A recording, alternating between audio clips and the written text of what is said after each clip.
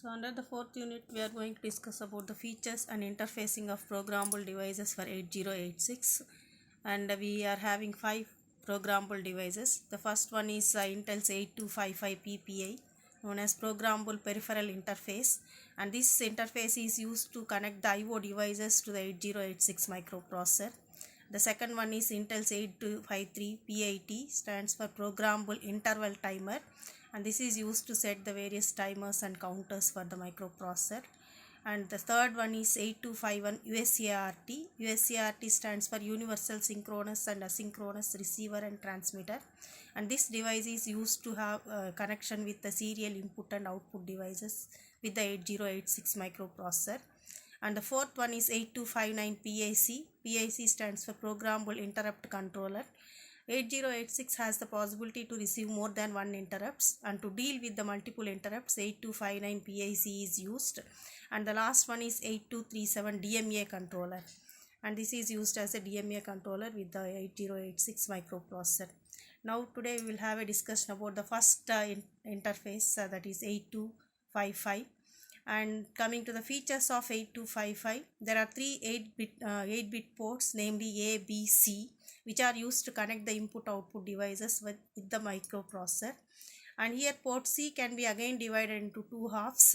The high order 4 bits are known as port C upper, that is PCU, and the low order 4 bits are known as PCL, that is port C lower. And all the ports can be programmed for input-output operations, either for simple I/O or handshake I/O or for the data transfer in I/O mode. And each port in C can be either set or reset individually using the bit set or reset mode. And the port A along with the port C upper are grouped together into group A. Port B and port C lower are grouped into group B. So these are the features, and this we can observe from the diagram. The architecture of 8255 diagram is shown here.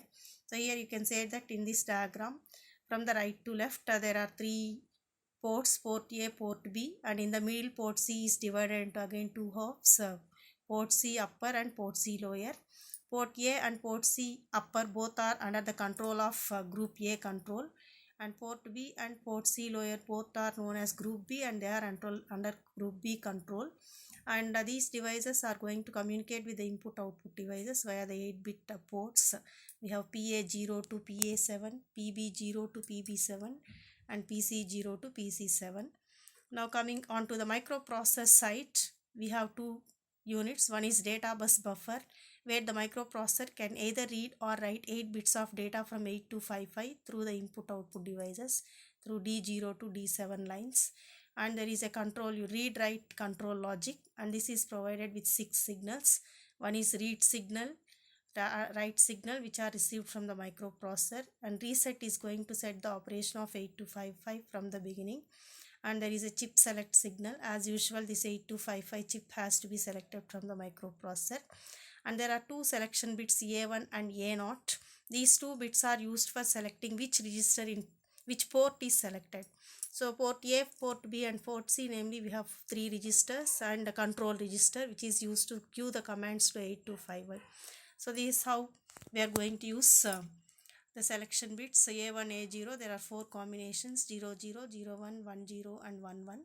When it is 00, port A is selected. When it is 01, port B is selected. When it is 10, port C is selected. And when it is 11, the control register will be selected. And from the diagram we can see how many signals are there for 8255 to interact with the I/O devices as well as with the microprocessor. On the right hand side there are 3 ports, so 3 into 8, 24 signals are there. And on the left hand side there are 2 signals for power signal and return supply, and there are 8-bit data bus, and the read write control logic is provided with the 6 signals. So all these things totally provided with 40. So the 8255 pin diagram contains 40 signals, and you can see the 40 signals, port A, port B, port C signals, and we have the power signal and the return supply, and then the 6 signals attached with the read write and control logic. So that's about the 8255 pin diagram. Now let us go with the programming of 8255. The 8255 can be programmed in 2 modes. One is called as BSR mode, that is bit set or reset mode, and other one is called as input output mode. And there are three IO modes again. Mode G0 is known as simple IO, mode 1 is called scoped IO, and mode 2 is known as strobed bidirectional IO.